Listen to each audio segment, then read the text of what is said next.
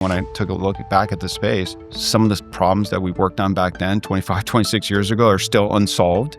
Ask any attacker or hacker, what's the best way to get into a company? It's going to be to compromise someone's identity. If you look at the CISO surveys, the buyer surveys, identity is always 1 or 2 on the priority list. I knew that it was top of mind for the buyers. With this big disruption coming with agents, I knew that the whole identity stack had to get reinvented. Agents lack judgment and taste and things like that you talked about, but it lacks inhibition more than anything else. The number of decisions you have to make about access, it's not going to be 100 to 1, it'll be 1,000,000 to 1. The scale is going to completely overwhelm these existing products and systems.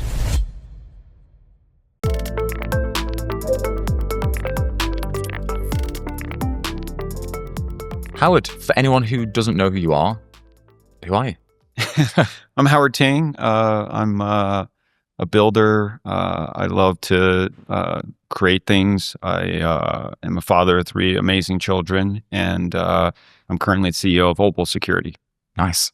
And you must be well known in the space. I was in the airport in Atlanta waiting to fly here, and literally ran into somebody just like, "Oh, do you know Howard?" I was like, "Yeah." That's so bizarre.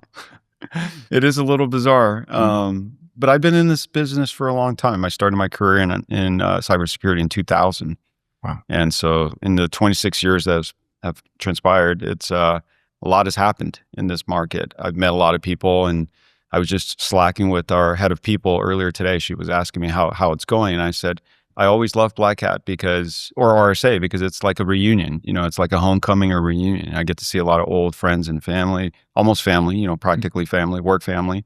And a lot of these people I spent some incredible years with, building companies and going through a lot of struggles and forming these amazing shared experiences. So it's always great to see these people. And like I said, it's 26 years of relationships. It's easy to run into a lot of people at a conference like this that you know.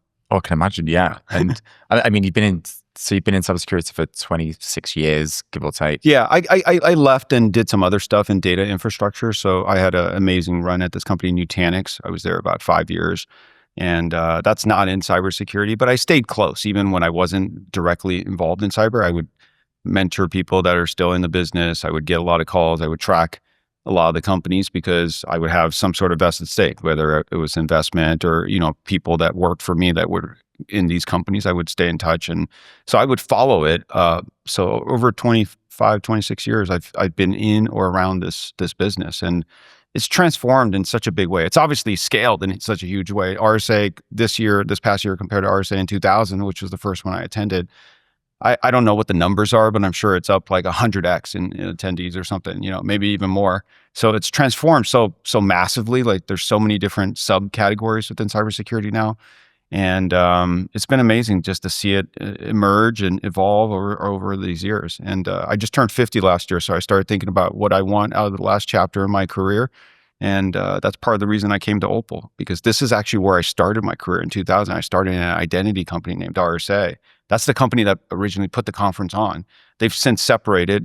They have the business, and the conference is sold off, and it's operated independently now.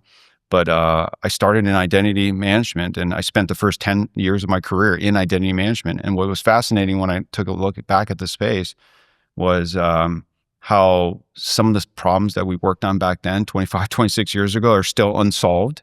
And so for me, as I thought about the last chapter of my career, I wanted to come back and come home and work on unfinished business.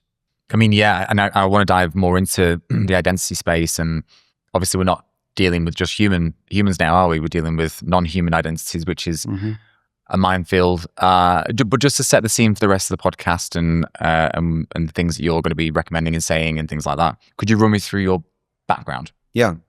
So I graduated in 97 with a business degree. So most people would say, wow, how did you end up being the CEO of a cybersecurity company? So it is a little bit of an unusual journey, maybe, perhaps. So I did a couple years in banking, investment banking. And there I just learned how to analyze markets, how to interpret data, how to do research. So I got some really good foundational skills built in those 3 years that I did investment banking. And I got into tech at the height of the tech boom. I literally joined RSA in April of 2000. That was the peak of the NASDAQ at that time. And then, there was that massive crash with the whole dot-com bust. And I got into product management for that business. And that was an identity management product. It was the early days of web single sign-on. So this is kind of like the precursor to what's become Okta and companies like that, Okta, Ping, Auth0, all these companies that are in authentication and web single sign-on at the time. It was the precursor to these companies. And I had a fantastic time being in product management. So I did that for a few more years. I ended up leaving RSA because I wanted to get into startups. And so I did a startup for a short time, like 9 months. That company ended up going under. That was my very first company. It shut down after a period of time, but I got out of there a little bit before it shut down. And I went to Microsoft. I was recruited to join Microsoft, and I was the product manager for their Identity Federation product. At the time, it was called Windows Info Cards. You could almost think of this as like your digital identity wallet. And it was going to be part of Windows, the most widely used piece of software in the world. And I get to go launch that product. And so it was a fantastic opportunity. I wasn't it wasn't intentional to go back into a big company. And this is a much larger company than RSA, which was the only company I had worked at before the startup. So that was an amazing experience to see like what a company at that scale, at the time, the largest tech company in the world, how it operates, how it does launches, how it decides what to build, how it makes money. And so I learned a lot through that experience, but I knew being in a big company wasn't for me. So I did that for a couple years. The highlight of that experience was I got to launch that product and related products that ultimately became what's known as Active Directory Federation Services. I got to launch that at the RSA conference with Bill Gates. I think that was Bill's last RSA keynote. And if you know anything about the history of Bill Gates and his RSA keynotes, he had a lot of failures in the keynote. So the process of preparing for that keynote was phenomenal. It was such an amazing experience. It was 6 months of preparation. I would meet with his speechwriter or his what's now known as a technical assistant. It's his TA, a guy named Ari. I would meet with him like every week to go through the messaging, the script, show him what I'm going to do. And one of the most memorable parts of that experience is he would always bring someone with him, a young lady, and I forget her name now, but she would come to every one of my prep meetings. And later on, I came to learn, I didn't know this at the time, later on and she would just take notes and sit there and listen and follow along. She would never say anything. Later on, I came to know that she was my backup. At any point in that 6-month prep process, if Ari didn't like the way I looked and sounded and what I was saying, or Bill didn't like it when I prepped with him the night before, they were going to yank me out and put her in. And so that was quite something. So I stayed at Microsoft 2 years. Then I got back into startups because that's what I really wanted to do.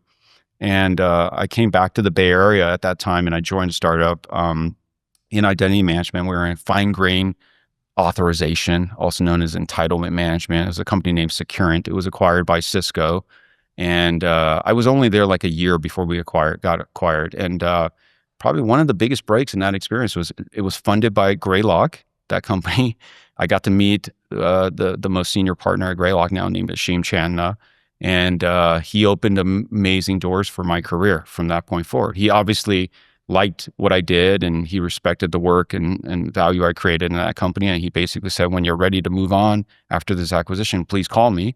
And I still remember calling him after spending a year or so at Cisco and said, hey, I'm really bored here. I need to get out and I want to look at what's next. And he said, basically, look at my portfolio companies and tell me which ones you're interested in. He recommended 2 companies at the time, Palo Alto Networks and Imperva. Both companies are very nascent. They were 2 of his cybersecurity companies, and both had a need in what I could bring. And he said, you choose. I think they're both going to be great companies. And I picked the right one. I picked Palo Alto because those companies have very different outcomes. And I went there. I was, I think, employee number 60 or 65 at Palo Alto. I joined in 2009. The company was a couple million at the time that I joined. So very, very early in its go-to-market motion. I stayed there 4 years. got I think the company got to $1 billion in revenue by the time I left, run rate, and had an IPO, first IPO. Got to go to New York, ring the bell. It was an amazing experience. But during the last year of my time there, it was obvious that because I ended up going into marketing at that point. That's where my transition from product management to marketing occurred. At the startup that was acquired by Cisco, Securant, I was leading product and marketing, and I didn't grow up to be in marketing. I wasn't trained there. I wasn't, I didn't have any particular interest, frankly. But when you're in a startup, you wear a lot of hats. So at that company, Securant, they were looking for a head of marketing, and they never filled that role. I was hired to run product management there, and the CEO basically came to me and said, "Look, we're having a hard time finding a marketing leader. You just take it on. You're the closest to this function." And so I just started doing stuff. Everything was self-taught. It was one of the big milestones or pivot points in my career where I got into marketing, and I got to really think about how to build a marketing function with a much more modern approach. Marketing was really changing from being brand and comms oriented to much more like data driven and all about customer acquisition and using data and using technology. And so I got to bring a lot of new ideas into that startup. And so Ashim, the VC at Greylock, noticed that, and he said, "Wow, you've done a lot of amazing stuff. You should try to do some of that at my other companies." And so I picked Palo Alto. I joined the marketing team. I was working for originally I was hired by the CEO. There was no head of marketing at the time. They were doing a search, and about a year in, they did hire a CMO, and I worked for him for 4 years or 3 years, my last 3 years there. But it was obvious in my like the last part of that experience that he wasn't going anywhere, and so I was limited in my career development. And lots of companies would come calling. Lots of companies would offer me different things. And finally, there was a company named Nutanix, very nascent at the time, that appealed to me. And I got excited about what they were building. And this is a company I was building a data infrastructure stack, like a modern VMware. And I got excited about that journey, that mission and that team. So I joined, or as a very early employee. I think I was an employee number like 40 or so, 30 or 40. That company I joined at a couple million, and over 5 years, we took it over $1 billion, had another IPO. That one was a lot more transformative because I was directly involved in taking that company public, writing the S1, filming the roadshow, going on the roadshow. I also owned investor relations for part of that time, so I got a lot of exposure to investors. Amazing experience. So back-to-back companies where I got to go to New York and ring the bell for 2 IPOs, and both of those are very successful IPOs. And 5 years of that, I got drawn to go join another company that was ascendant at the time called Zscaler, which is now a big public cybersecurity company. The CEO really wanted me to be part of that team. I joined for a couple months. I figured it wasn't the right place for me, so I stepped down and really took a break in my career at that point. I was trying to start a family. I had gotten married late, started working on having kids and starting the family. So I just took time off to focus on my daughter, my oldest daughter. She was born right as like in the last few months of my tenure at Nutanix. So I had some big life changes going on, and I just needed to take a break, I think. So I just took a break, took a 1.5 years off. That was the best time in my life to focus on family and really explore things that I was curious about, but didn't have time to get into. Work on my health also. I think my health was probably slipping at that time because I was just working so much. I got back into another marketing role at a company named Redis. I think it was 2018 or maybe 2019 that I got back in. And during that sabbatical, that 1.5 years that I took off, I was working with VC firms, advising, based on my history and track record. A lot of people wanted to learn from me and see what I could do to help them. So I was advising, meeting companies. I don't think I joined any boards, but I was almost like on the board of some startups, advising the CEOs and their teams on various things. And one of those companies, another great investor that I know, Enrique Salem, he and Ashim were in a company together, and they tried to recruit me in to be the CEO. I never thought about being CEO. I was just advising the company. And Enrique basically said, like, I think we have our CEO right here. He's sitting right there. And they approached me about that. I considered it, but I didn't think that was the right time for me. I had this young family. I was not looking to put a lot of strain on my family at the time. So I wanted to go into something a little more comfortable. So I took that Redis job as a CMO, something I've done before, something that I knew how to do without too much effort or stress. And this company, Cyberhaven, came calling sometime in early 2020 and about a CEO job. And I had turned down a bunch of CEO jobs along the way, but this one really appealed to me in many ways. But again, I went back to that same decision. I wanted to focus on my family at the time and stay comfortable. And this is one of the biggest pieces of advice, I think, for people in their lives. There are a couple pieces of advice. It's like, don't be too comfortable with your career if you're focused on growth. So that's one piece of advice. And I can talk about like growth and how I have a framework around growth and development. I can talk about that.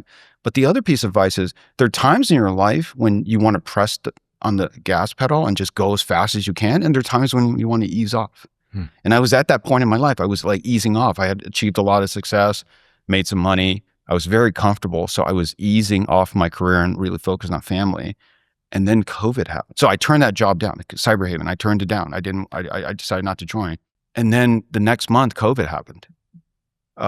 And that was life-changing for a lot of people. Obviously, a lot of people lost their life with that terrible virus. But it really made people consider what's important to them, what's important in their lives. And I'll still never forget it. The first day that we went into lockdown in the Bay Area, it was my kid's first birthday. My twins. I had twins after my first daughter, so now I have a family of 3, and it was their first birthday. So I'll never forget it. St. Patrick's Day, 2020, and I was sitting there, in like I think many people during COVID, like thinking about what they want out of life and what's important, and recalibrating all that. And what I realized was, I could do more. I knew I could always do more. I knew I could be a CEO. I knew I could be an effective CEO. And I also realized that, I want to set a good example for my kids where I'm challenging myself and learning and growing. I also want to show my kids what, really hard work looks like, because my parents showed me that and had a big influence in my life. And I also realized that, when people are dying left and right out of something that just came out of the blue, life is really, really precious and short. And if I ever was going to be a CEO, now there's no better time than now. So the whole COVID thing changed my outlook on that company, my level of interest. So they came back to me in like May of that year, May of 2020, and offered me the job again. And I accepted then. So I started there June 2020 in the early days of COVID. So I didn't meet most of that team for a long time. I think some of the folks that we had in Europe in particular, I didn't meet for like 2 years because travel was really restrained at that time, as you may remember. And so I did that for 5 years, took that company through incredible challenges and turmoil, but really helped grow that company and make it successful. When I left the company, it was worth $1 billion. We had raised a lot of money. We had grown the business. We had grown the team, built a great brand. And it was again one of those moments where I needed to take a little break because that company definitely put a lot of strain on my life, and so I needed to step back and focus on the family. So I took 6 months off. I was in EIR at Greylock for that time, and Opal was one of the companies in their portfolio that they felt needed some new leadership, and they approached me about it, and I got excited about the mission and coming back to work on unfinished business, like I said at the beginning. And here we are. So it's a really long arc to the story, but hopefully you get a sense of how I've made my decisions, and maybe there's some insights there for your audience. Yeah, honestly, I'm excited to dive into all of it. I think it required a lot of talking about because you've done a lot, I think first thing, but how do you pick your companies? Because you're doing all right. Yeah. How many IPOs have you been a part of? it's 3 out of the last 5 companies have gone public. Wow. 2 of them, while I was there, playing critical roles. Zscaler, I just dropped in, and they went public and very successful now. Redis, I hear at some point is going to go public. They're doing well, and Cyberhaven maybe someday will go public. I don't know, but in each of those companies, there's been a lot of growth, a lot of impact during the time that I was there, and I'm proud of the teams I've built and the value that we've created for our customers and shareholders in all those companies. But yeah, I've done a good job picking companies, picking winners. Yeah. I think I get asked this question a lot, and I just try to boil it down. It's I always analyze the market first and foremost, and like that's 80% of every decision that I've made is what is the market opportunity for this company? How differentiated is the technology? How strong are the incumbents in the space? Because when you enter a market with strong incumbents, it's harder for a young company to break out. How strong is the team, right? So those are the things that I'm analyzing. But 80% of every decision is really about the market. What are the big tailwinds that are driving that market, helping that market grow in value and importance? What are the catalysts for change? Because when you're a young company, I'm typically doing startups. When you're a young company trying to challenge an incumbent, you need some catalyst, like something that is causing disruption in that market. And at Palo Alto was all the web apps that were coming online, and firewalls at the time operated very differently. They couldn't distinguish the traffic, couldn't distinguish it was YouTube or SAP on the network. And so that was the big disruption. At Nutanix, the big disruption was like the change in web scale architectures that were in all the cloud companies, but now filtering into the enterprise. So that was a big disruption and changed the way that companies built their data centers. And then at Cyberhaven, it was like the rise of the insider threat, because more and more of the attacks and infiltration were happening from the inside of the companies as opposed to the outside. So in every one of these markets, I could see, because I'm around these markets, for a long time, and I stay close and follow what's happening. I could see that there were big trends that were making that market attractive to go after. And then, the rest of it is you assess, especially in the early days, you don't know a lot. There's not a lot of data. So you have to bet on people and, how strong you feel about the people there, how well you think you align with them from a culture and value standpoint. And that's it. I don't know if there's a much more complicated algorithm than that, but that's what it is. It's, you analyze the market, you look at the team, and for me personally, I also look a lot at other context, like the stage of the company. I like early stage companies because I like to build. I like to be very hands on. Some other operators, they might like to manage and operate differently, but I like to get into the weeds and build. And so I like joining companies at earlier stage. And when you join companies at earlier stage, you're operating with very little data, so you have to really use your judgment and intuition more. And that's always served me well. Well, a lot of people I'm speaking to at the moment, a big thing is, you talk about what AI can't replace. And I think intuition, taste, which clearly have good taste in companies, which is, is there anything, so when you're looking at the team that a company already has in place, any characteristics you're looking for, any personality traits, anything like that you would nail down? Yeah. I think this is just like universal in the people I like working with. So maybe I'll just talk about that. And of course, like in some of these companies, I have to transform the culture and rebuild the team, like we've done at Opal. I generally like working with people that are highly self-aware. They know their strengths, they know their limitations. Because people that are self-aware, they're also more open to feedback and they're better at growth and development. They're more intentional about their growth and development.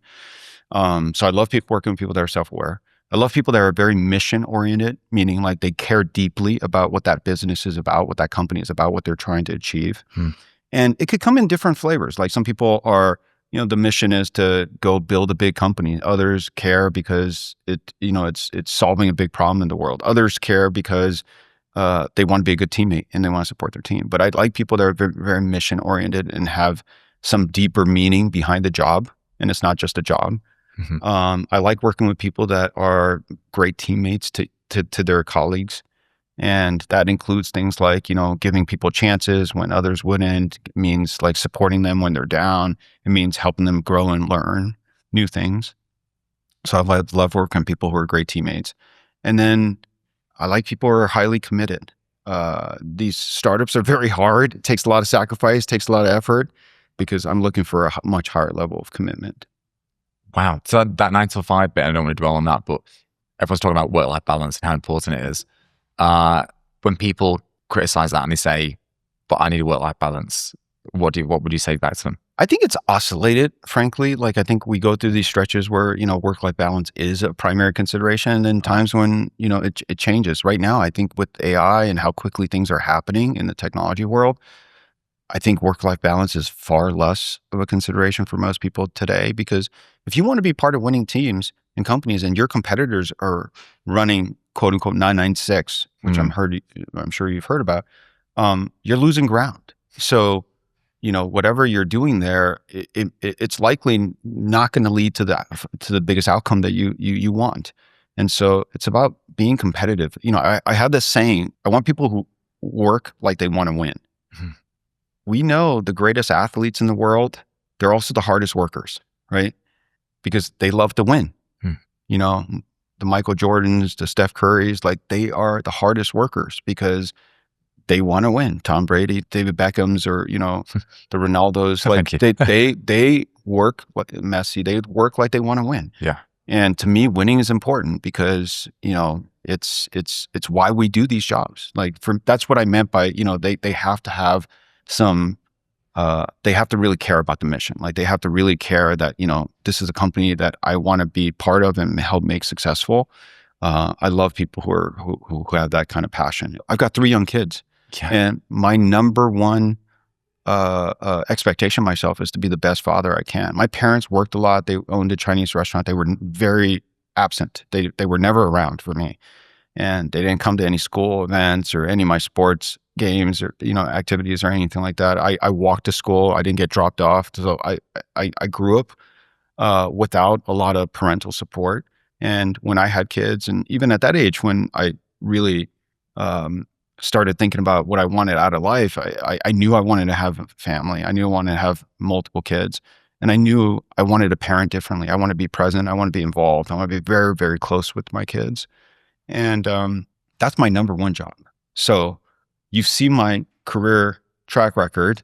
Yeah. And if you talk to people in the company that know how I operate, they'll tell you, like, Howard cares as much about being a great dad as he does about being a great CEO. So I'm able to balance it, and I'm not unique or special in any way. I'm just a human being like everyone else. But I, I'm efficient with my time. I work hard. I probably sleep a little less than a lot of people, but I found a way to balance it and integrate my life between work and home, and try to be the best dad while also being the best CEO I can be. That's incredible. Great. And I want to dive into this, the journey you're going on at Opal now. You've been great at picking companies. We've confirmed that. Why have you picked Opal? So there are a lot of reasons, but I go back to that framework of 80% of the decision is about the market. So what I saw at the time, I started looking into the company, is a lot of identity companies have gotten a little bit stagnant. There wasn't a lot of innovation. I'm not going to mention the names, but generally in the identity space, there hasn't been a ton of innovation in the last few years. And I saw this huge disruption coming with agents. Just like I talked about all the other major catalysts or disruptions in these other companies, I see this big disruption coming. So I knew that there's opportunity. I also see weak incumbents. The incumbents are fairly weak. Like, you talk to customers and they don't like their products that these incumbents have produced. So that the stickiness is not as strong. And I felt like this was a great opportunity. I think a lot of people, if you look at the CISO surveys, the buyer surveys, identity is always 1 or 2 on the priority list. So I knew that it was top of mind for the buyers. With this big disruption coming with agents, I knew that the whole identity stack had to get reinvented. And I liked Opal because it's got great tech. At the time, we had a strong team that has obviously changed a lot since I've come, but we had amazing customers that we can work with and continue to build this product with. So that was attractive. And it was early. It was an early stage company, that I think at the time I joined, it was like maybe 24 people or something like that. Whoa. So I like joining companies early because I can have more impact and I can build and shape and chisel the company in my vision. And all of it came together. And of course, like having great relationship with the primary investor, that helps as well. So all those things came together for me, and I got excited about getting back into an operating role after taking that time off. Identity seems to be something that we just can't get right.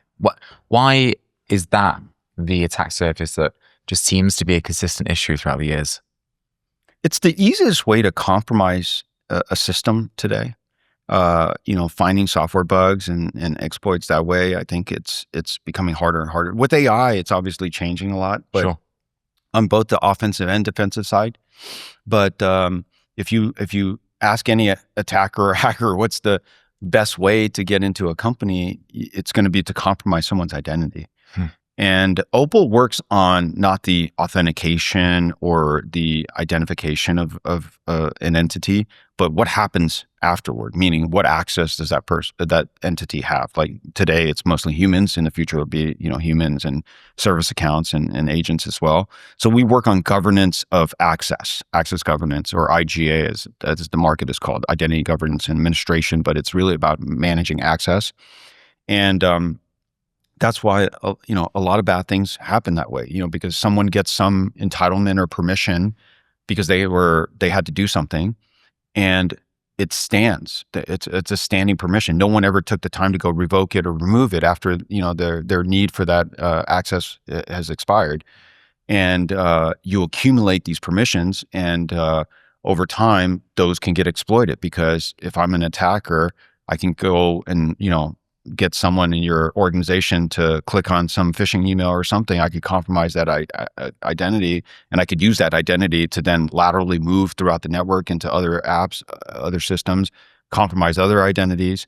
And so it's the easiest way for someone to infiltrate an organization. And so I feel like this is one of the big pillars that we need to really solve for and in cybersecurity. And like I said earlier, I felt that there wasn't enough innovation in this market, and there was great opportunity to build something more modern and more effective for the current landscape. Yeah, and again, I've spoken to a lot of people about Opal, and they say they're doing great stuff in the identity space. And I want to talk about just-in-time access. Do you feel like that is the only model that really survives this AI thing that's happening now? There's a lot of things that need to settle down. I think it's not all settled how identity and access are going to be managed for agents. I definitely see a world where you want to scope down the permissions more and more, meaning more narrowly or tightly assigned permissions or entitlements. So the two ends of the opposite ends of the spectrum are, on the one hand, on standing access, you just give everyone access. They're all there, all the time, permanent, right? That's one end of the spectrum. The other end of the spectrum is you give no one access to begin with. And every time someone needs access to do their job, they come and request it in just-in-time JIT, as we call it. So these are the two ends of the spectrum. I think with agents, we're going to move more to that like tightly, narrowly scoped model. We may even end up in a world where the agent has to go get access, a permission token, every time it needs to take action. And part of the reason for that is agents lack judgment and taste and things like that you talked about, but it lacks inhibition more than anything else. Like the agents are not inhibited from doing things. And we've seen things like, OpenAI Hugging Face recently. Yeah. Like it's trying very hard to achieve its task. A human being, like if there was a human in that same scenario, it would probably have inhibited itself and stopped itself from saying, hey, it's probably not the right thing to do to meet this objective, to go hack into, Hugging Face and go figure out what the tests were, like see if I can, cheat. Obviously there are some humans that cheat, but the majority of the population don't, right? The majority of the population inhibit themselves and know that what is right and what is wrong. Agents don't have any of that. And so one way to deal with that potentially is like you make a decision every time the agent needs to do something. And so you go to what we might call one-shot permissions, where, the agent gets a new permission or token every time it needs to do something, and it's gone immediately after it completes that task. So that's the other end of the spectrum. I think we're going to be more close to that end of the spectrum. The problem with doing everything there is that we don't have the capacity to make all those decisions. Even with humans today, and again, humans have more standing permissions. A lot of times you'll get access. It'll be, one time you'll have to, request it, and you'll have it for forever, or as long as you're employed there, or you'll have it for a year, 9 months, 3 months, something like that. So even there with humans getting more long-standing permissions and more larger scope permissions, we have a volume problem. The number of requests overwhelm the system. And that's why we have what we call rubber stamping in this business. So if you look at some of the best companies in the world, and we have a bunch of those logos that we work with, they're suffering from a lot of both wait time and over permissioning, because they're trying to deal with this, the volume, and they can't. And part of what we as vendors and the provider community need to do better is to bring AI into these tools, because there's the only way to deal with the imbalance in volume, meaning the number of decisions have to be made and the capacity of the humans that are making these decisions to deal with it. It's highly imbalanced. There's way more volume of decisions that need to be made than capacity. So the demand is too high. And so what happens in that case, like if you get 100 requests and you need to approve for your team every morning, you're just going to be fatigued with that. So you're just going to approve them all. And that's what we mean by rubber stamping. And so there's a lot of risk in that, because if you're not applying that human judgment, but there's the perception of it, it becomes some performative exercise, and you have risk that's latent and growing. As you rubber stamp and just authorize everything, you just assume that everyone on your team is doing the right thing and you trust them. And so there's already a big volume problem, even with humans. Now, when you think about more narrowly scoped permissions, so the agent is asking for permission every time it needs to do something, you can see this huge explosion in volume of demand. So how do we address the supply side of the decisioning mix? It's only with AI. That's the only way.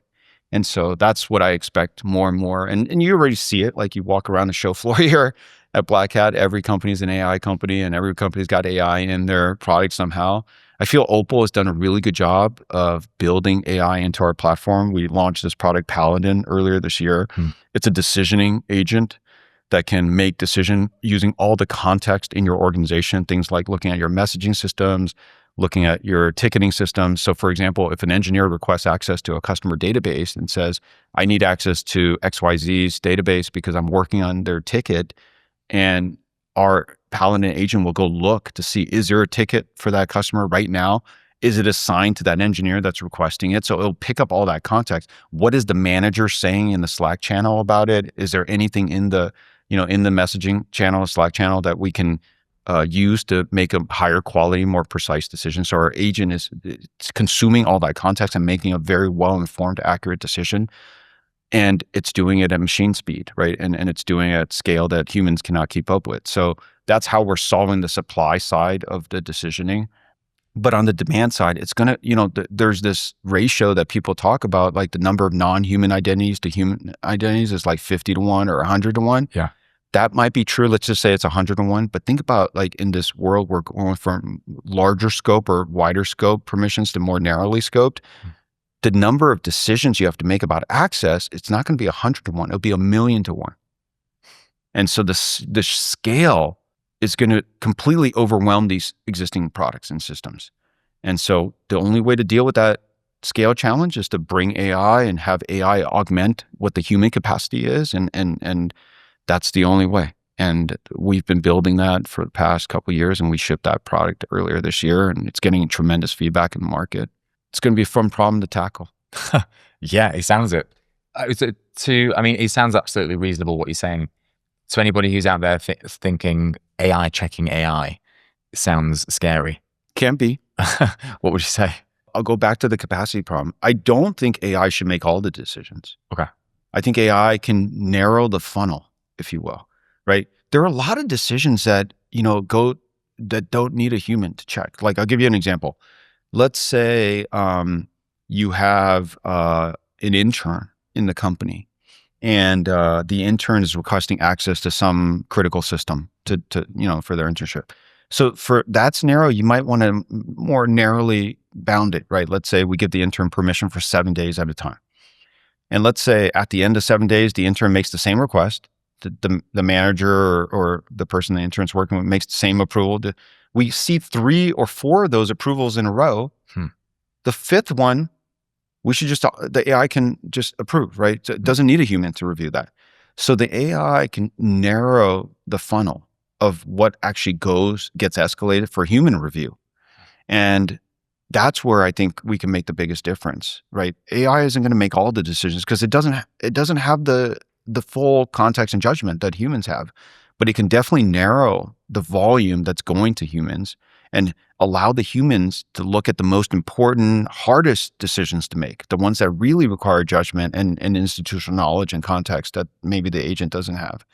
So I think that's what it's going to get to. It's going to take that volume of going to humans down by 95 to 99%.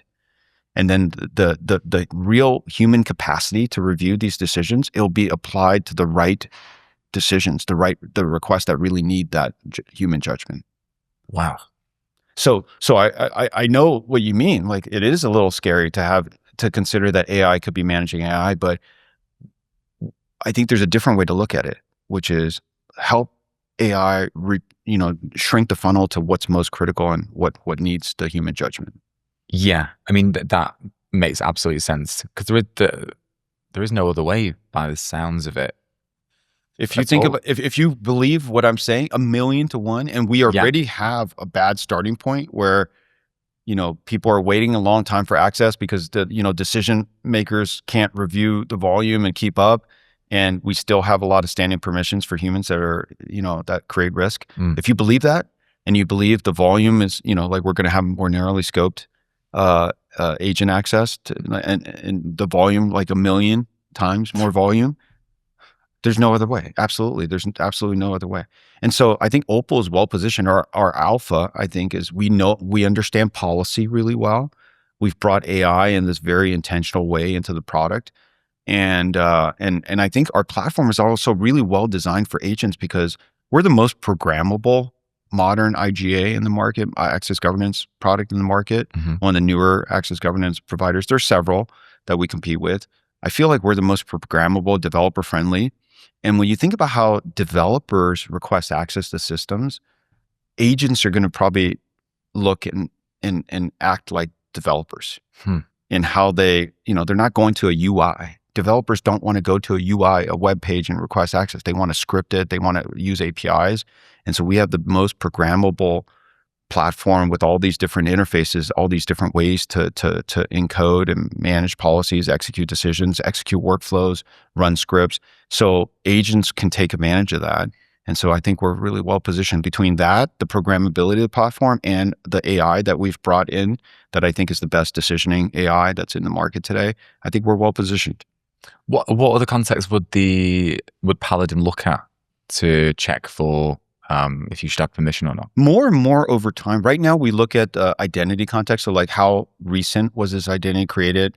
So some of the context around the identity. We look at messaging systems because that gives us a lot of signal. We look at ticketing systems because, again, with our customer base, which are typically tech forward companies that build a lot of software and ship a lot and ship with velocity, they have a lot of needs to refer to ticketing systems because a lot of the workflows are codified in these ticketing systems. So we pick up a lot of signal there. Cool. And over time, we'll connect it to more and more sources of context. But even today, with those sources that we're connected to, we're seeing incredible accuracy already. You talked about the scale of agents to humans growing, which is, I think, is hard to argue with. What do you think is the future of agent identity beyond scale? How do you think it's going to look in a year or two? I think the agent identities are going to be shorter living. meaning like, well, because agents are going to be shorter living, right? Like we may have this concept of long running, more autonomous agents, and I think we will see more of that over time. But today, I think a lot of the, these agents or sub agents, they're spun up for a certain task and they're gone quickly, right? So the whole provisioning of these identities, the registration of the agents, I think there's a lot of work still needed there. We're not directly working on that problem. We're more working on the access problem, like I mentioned. But I think there's going to have to be a lot more robust technology built around that to just like register, inventory, discover agents. Right now, every CISO or buyer is concerned about just discovering the agents. What's happening? Yeah. Tell me what agents are being used and who's using it and what access do they have. So we're starting to chip away at some of that to give the buyers the visibility that they need. But I think there's so much more that we have to develop for what the identity model for agents should be. And then we need standards. We need more standards to dictate how these different systems interoperate and work with one another. What do you think the advantage of coming from a CMO background is? This might be a little bit of a hot take or controversial statement, but building technology has never been easier. Right? With coding assistants and, all the agents and recursive self-improvement that's coming next. I think the hardest thing about building a business around the technology now is getting the product to market, breaking through the noise. You walk around we're a Black Hat. When you walk around the show floor, everybody sounds like everybody else. And everyone's trying to one up each other with the amount of like, gymnastics and pyrotechnics and, like volume of stuff that they're trying to put out there. I think having that marketing background really gives me a bit of a superpower in helping land a message, develop the right message, land it, and get through to our buyers. And that's ultimately, I think, one of the most critical keys to success for a young company. And you see it a lot, interestingly enough, you see it a lot with these Israeli startups that have come into they've come to dominate cybersecurity in many ways. And you could see like the marketing that these Israeli companies do is more and more advanced, aggressive, bigger, bolder, more flashy. And it tells you a lot, right? Like, that they know that to get early traction and to break through, the marketing, the messaging is as important as ever. So I do think that just by chance, again, it wasn't intentional. I got into marketing, built some great experience, had some big wins, worked with some incredible people that I learned from. And having that background, I think, it makes me well suited. But I think it's in combination with the rest of my experience, right? Like I even tell people like starting my career in investment banking for those 3 years was really, really important because I learned how to do things, basic things like research and how to, communicate with precision and clarity. I learned how to analyze things. I learned how to build models. Like those foundational skills really enabled me to have a lot of success later on in my career. And then having that product background, spending a decade in product management, looking at markets, opportunities, competitive threats, and all of that, and really understanding how to build differentiated products that win. I think combining all those things together really set me up well for the job that I do today. Yeah, I can absolutely see the how useful it is, especially in this day and age. As you said, it's engineering teams are leaner, GTM teams are bigger a lot of the time and more invested in. Do you think the only way to really separate yourself from the noise is to get some pyrotechnics involved? And that's the only way? Or any other advice for?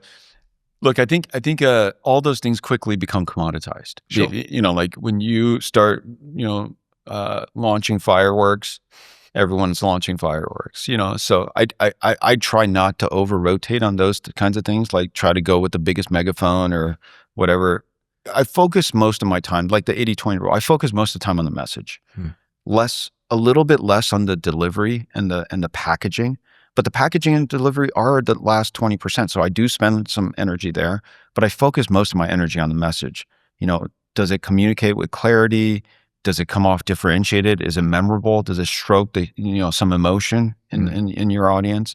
I spend a lot of energy on that. And we've in my companies, we've done some incredible things, and we're doing that now at Opal. So I focus a lot on the message, but I also try to do things that I think are a little more sticky than pyrotechnics, because I think that just becomes commoditized very quickly, because anyone can spend money. Hmm. I always tell people, like, what's, obviously, if you have a lot of money to spend, if you've raised incredible funding, like some of these Israeli startups have, you want to deploy it. You want to use that to your advantage, because that's part of your alpha. If you raised a lot of money and your competitors don't have a lot of capital, you want to overwhelm them. Mm. And so there is a time and a place to overwhelm with spending. That's not the time and place we're at right now, but there may be a time and place for that.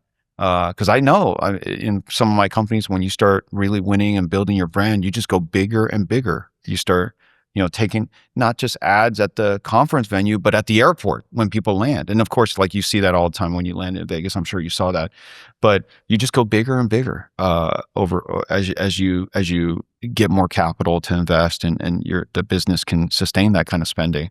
I think a lot of these companies are spending recklessly, like it's not sustainable.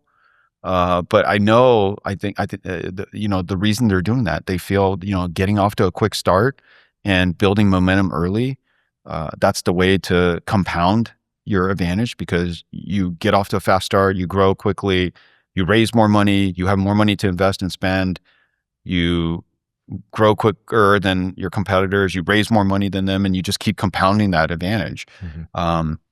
There'll be a time and a place for that, but I still think, like, it just outspending someone, it's not the most satisfying way to win. Yeah, because that's I didn't do anything special there. I didn't really add any value other than signing some checks or approving some purchase orders.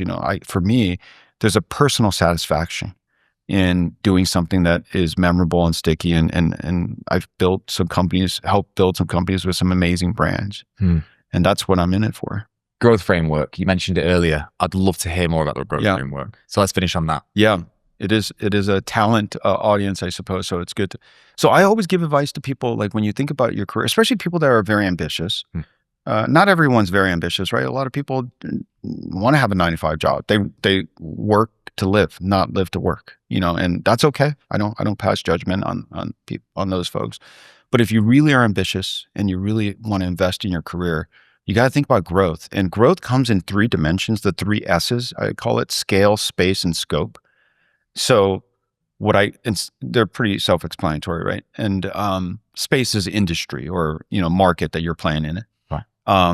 Scope is, the scope of your job, and scale is like, what's the size of the business, right? I always give advice to people when you're getting too comfortable and you're feeling like, the job is easy or comfortable and you don't have to try very hard, it's time to revisit and think about, how do I get the next job that gives me growth in at least one, ideally 2 of those dimensions. If there's no growth in any of those 3 dimensions, don't take it, because it's just you're just like moving laterally for no good reason. You're going to move to a new company or something without the relationships, without the credibility, and you've got no growth out of it. So definitely don't go for 0 out of 3, and don't go for 3 out of 3, because then you're in a company or a job that you have no reason to be in. Like, you have no way to be successful in it, because you don't know anything about it, how to be successful in a different scope, scale, or space.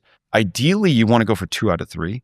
But I think 1 out of 3 is also good. So that's what I always advise people. Like, think very, very carefully about, okay, what are the stretch areas for me in this next job in scope, scale, and space?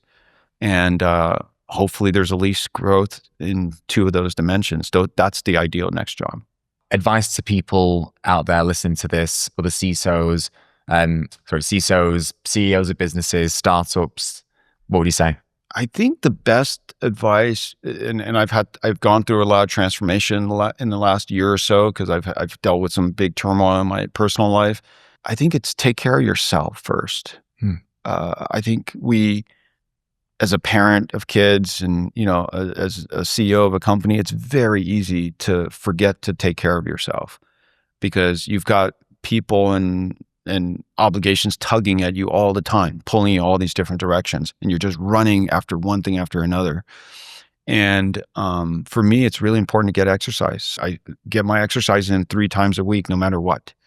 Like as an example, I flew here on Monday mid morning, and I got on my bike, go road bike at like 7 a.m. It was cool, and San Francisco's been very hot the last week, so it was nice to get out when it was cool. But I figured out how to work that in because it's important to me for me to get my biking in every week, a couple times, and then get into the gym once. So I do those things to take care of myself. I also uh, afford myself some things that give me some pleasure and joy. Like I like to eat, and I know they kind of like conflict or contradict a little bit, but I like to, yeah, I enjoy, like I protect my meals.